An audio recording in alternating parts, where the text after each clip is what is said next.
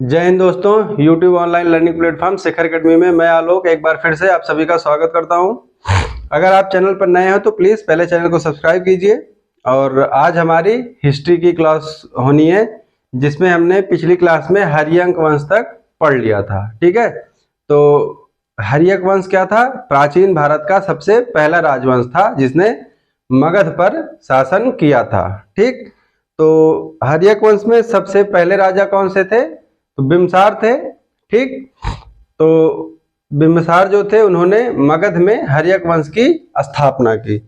और क्या किया, तो वहां से फिर धीरे धीरे क्या हुआ, राज्य का जो है वो विस्तार होना शुरू हुआ। ठीक, तो उसके बाद फिर उसके पुत्र अजातशत्रु और अजातशत्रु के पुत्र उदयन, ये तीन जो थे, बिम्बसार, अजातशत्रु और उदयन, ये तीनों जो थे ये हर्यक वंश में महत्वपूर्ण शासक थे। ठीक है, इसके बाद कुछ कमजोर शासक हुए और जो अंतिम शासक था हर्यक वंश का, उसका नाम था नागदशक। ठीक, नागदशक का जो अमात्य था, मतलब मंत्री।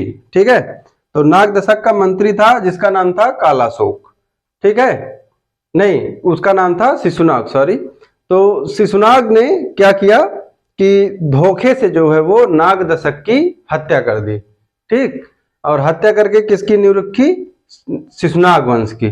ठीक है, तो शिशुनाग वंश की नींव किसने रखी थी? शिशुनाग ने खुद। ठीक है, तो आज हम शिशुनाग वंश के बारे में देखते हैं। ठीक है, तो शिशुनाग वंश में सबसे पहले कौन आएगा? शिशुनाग। ठीक है, सबसे पहले शिशुनाग आएगा, जिसने क्या किया था? शिशुनाग वंश की स्थापना की थी। ठीक है, अब इसके बाद हम क्या करेंगे? इसके बाद नंद वंश आएगा।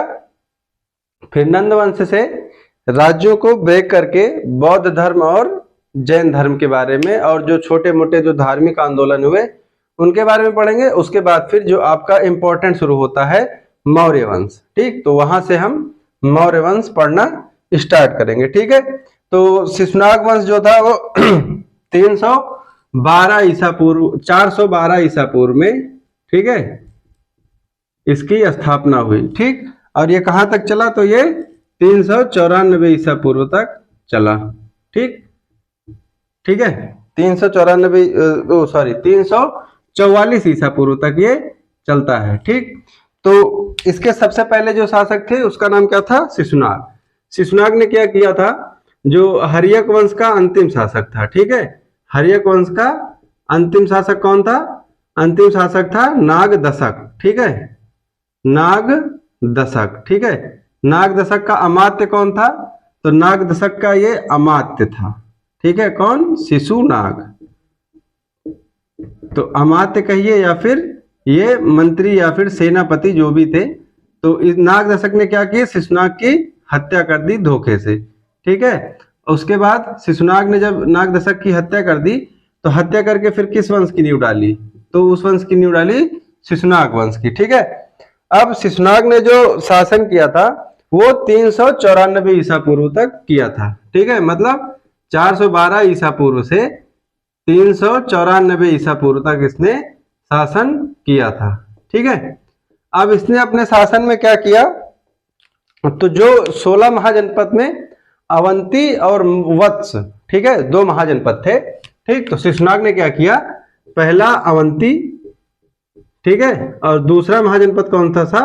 वत्स। ठीक है, दो महाजनपद थे, इन दोनों पर क्या किया उसने? अधिकार स्थापित कर लिया। ठीक है, किसका अधिकार हो गया? मगध का।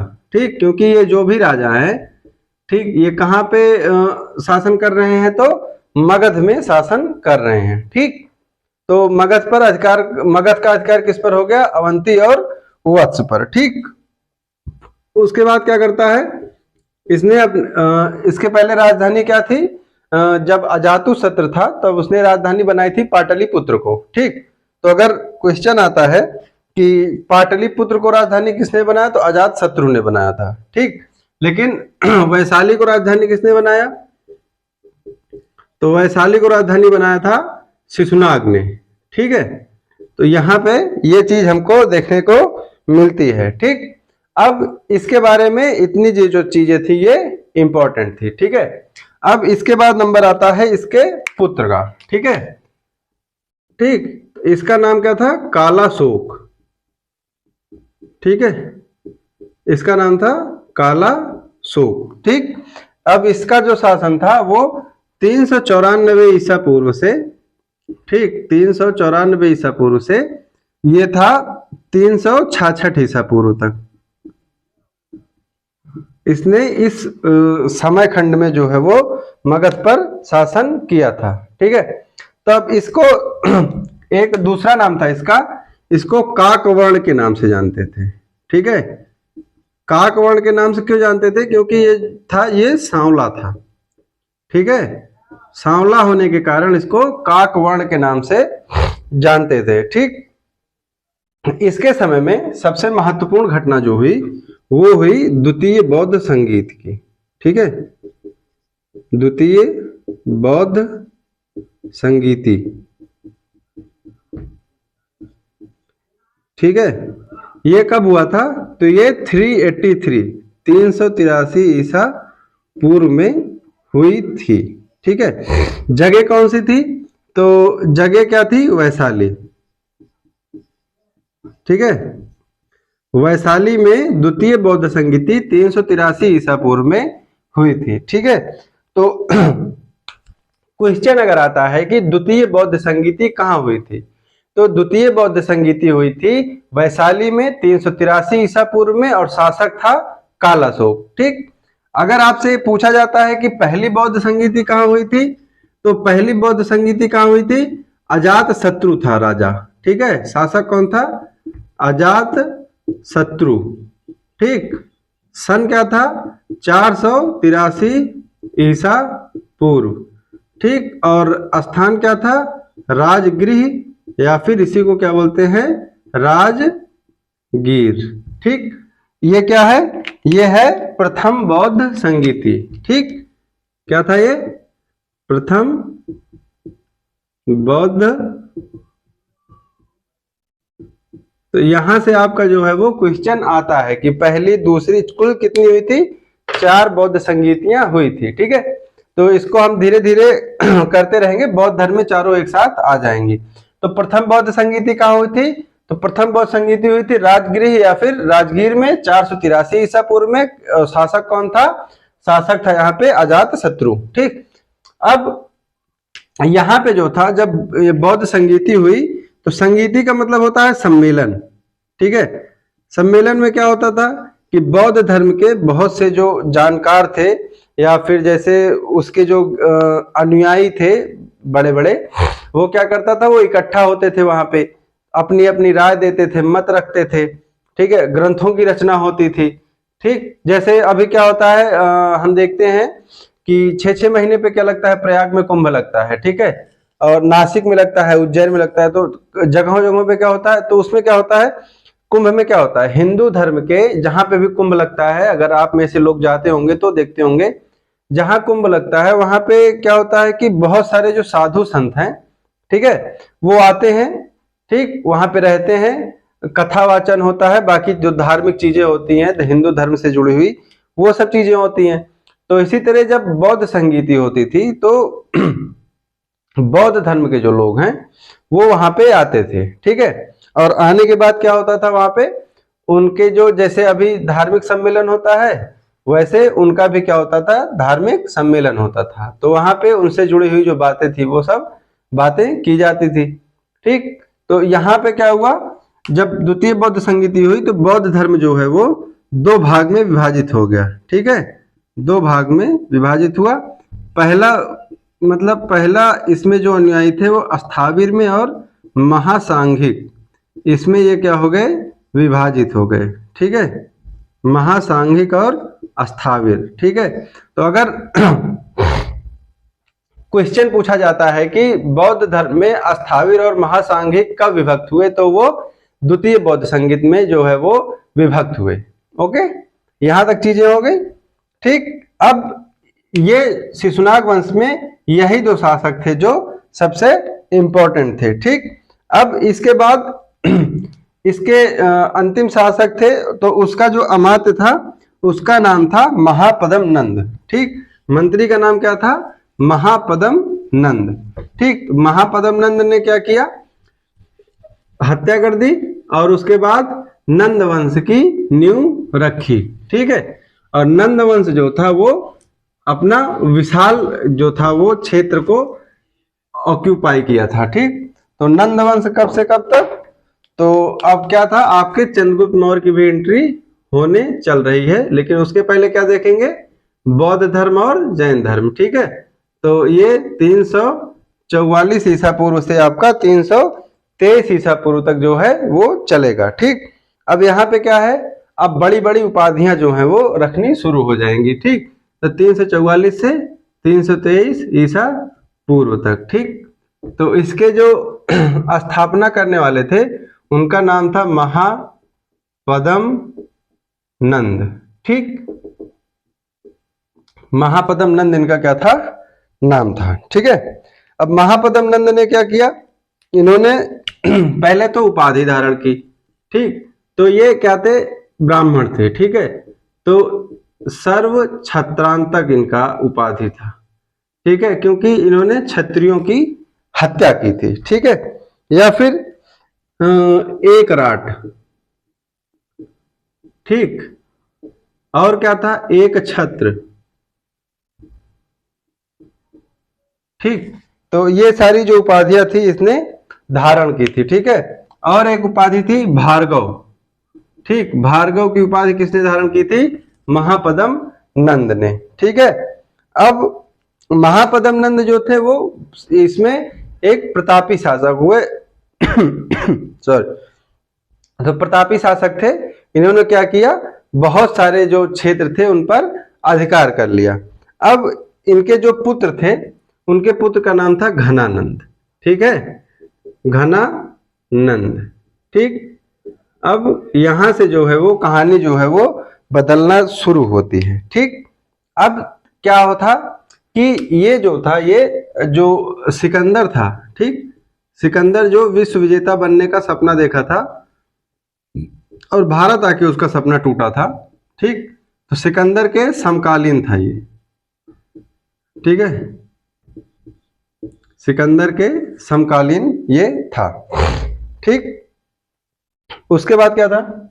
ये इसके दरबार में एक व्यक्ति रहते थे जिनका नाम था विष्णुगुप्त। ठीक, विष्णुगुप्त। ठीक, ये बहुत ही विद्वान और चतुर व्यक्ति थे। ठीक है, तो विष्णुगुप्त थे। इन्हों को क्या बोला जाता है? कौटिल्य। और इनको ही क्या बोला जाता है? चाणक्य। ठीक, इन्हीं का नाम है कौटिल्य और चाणक्य। ठीक है, तो इनका असली नाम क्या था? इनका असली नाम था विष्णुगुप्त। ठीक है, तो जब क्या हुआ, सिकंदर का जो आक्रमण था वो भारत के पड़ोसी देशों पर हुआ और क्या हुआ, उसने वहां पे कब्जा कर लिया। ठीक है, तो जब सिकंदर का कब्जा हो गया तब धीरे धीरे जब बात भारत में पहुंची तो यहाँ पे जो शासक था वो था घनानंद। ठीक है, तो घनानंद के जो मंत्री थे उनका नाम था चाणक्य। ठीक, तो घनानंद जो था ये विलासी प्रवृत्ति का था। ठीक, ये क्या था कि नशे में डूबा रहता था, नृत्य आदि में क्या था? लिप्त रहता था। ठीक है, तो ये विलासी प्रवृत्ति का था। ठीक, तो विलासी प्रवृत्ति का था, तो ये अपने राज्य की रक्षा पर उतना ध्यान नहीं देता था। और दूसरा क्या था? इसने जनता पर कर भी लगाया था। ये पहला शासक था जिसने जनता पर कर आरोपित किया था। आरोपित मतलब क्या हो गया कि अब देना ही पड़ेगा। इसके पहले क्या था? वैदिक सभ्यता में और महाजनपद काल बाकी जो थे उसमें था कि अपनी इच्छा अनुसार जो है वो कर दे सकता है। ठीक है, तो यहां से भी क्वेश्चन बनता है कि ऐसा पहला शासक कौन था जिसने जनता को टैक्स या फिर कर देने पर मजबूर कर दिया? तो वो राजा कौन था? वो घनानंद था। ठीक, तो क्या हुआ, ये विलासी प्रवृत्ति का था। तो जब आसपास आक्रमण होना शुरू हो गए सिकंदर के, तब इसके जो मंत्री थे चाणक्य, तो चाणक्य ने इसको दरबार में समझाया, ठीक है, कि राजा को जो है वो इन सब चीजों में लिप्त ना होकर जनता पर और अपने राज्य की सुरक्षा पर ध्यान देना चाहिए। ठीक है, तब देखिए अगर व्यक्ति नशे में है और आप अगर उसको समझा रहे हैं तो आप मूर्ख हैं। ठीक, आप समझा नहीं सकते हैं। तो यही हुआ घनानंद के साथ। चाणक्य उनको चले गए समझाने कि ताऊ ऐसा है कि ये जो विलास की प्रवृत्ति है आपकी एक दिन राज्य को लेकर डूब जाएगी। ठीक, तो घनानंद जो था अपनी अकड़ में चौड़ में रहने वाला आदमी कि हम राजा हैं, हमारा कोई क्या कर लेगा। तो कर ये लेगा कि आगे की कहानी आपको पता चलेगी किसने क्या कर लिया। तो हुआ ये कि चाणक्य को इसने अपने दरबार से क्या किया, बेइज्जत कर दिया। क्योंकि उस समय क्या था कि राजा जो है वो एक सर्वोच्च अधिकारी होता था, सबसे ऊपर क्या होता था, राजा। जैसे अभी क्या है कि सबसे अगर देखा जाए संविधान की दृष्टि से तो राष्ट्रपति होता है। ठीक है, तो वैसे सबसे बड़ा क्या होता था, राजा। वो न्याय का सबसे बड़ा अधिकारी होता था वैसे भी, और उसके बाद जो प्रजा थी उसके सबसे बड़े अधिकारी के रूप में राजा को रखा जाता था। तो उसको ये चीज बुरी लग गई कि मैं राजा हूं सबसे बड़ा और मुझको एक मंत्री आके अगर सलाह दे रहा है तो ये कैसे हो सकता है। ठीक है, तो इसने क्या किया, विलासी प्रवृत्ति में चाणक्य को बेइज्जत करके अपने राज्य से क्या कर दिया, निष्कासित कर दिया। ठीक है, तो उसके बाद आप लोग कहानी सुने भी होंगे कि चाणक्य थे, उनके थी चोटी बड़ी सी, तो उसको खोल के बोले थे कि जब तक नंद वंश का नाश नहीं कर देंगे हम अपनी चोटी नहीं बांधेंगे। ये सब कहानी है, पेपर में नहीं आती, लेकिन मेन क्या था, चाणक्य को इसने निष्कासित कर दिया। ठीक, फिर वहां से क्या हुआ, यहां से जब चीजें हुई तो चाणक्य ने अपना एक शिष्य बनाया जिसका नाम था क्या, चंद्रगुप्त मौर्य। ठीक है, अब चंद्रगुप्त मौर्य जो थे वो घनानंद की हत्या करके मौर्य वंश की स्थापना करते हैं। ठीक, लेकिन मौर्य वंश को पढ़ने के पहले हमें पढ़ना है बौद्ध धर्म और जैन धर्म, जहां से जो क्वेश्चन है वो आते हैं पेपर में। ठीक है, बौद्ध धर्म और जैन धर्म से। ठीक, तो आज के लिए इतना ही। वीडियो अच्छी लगी हो तो चैनल को प्लीज सब्सक्राइब कीजिए, वीडियो पे लाइक कमेंट और शेयर कीजिए। धन्यवाद, जय हिंद।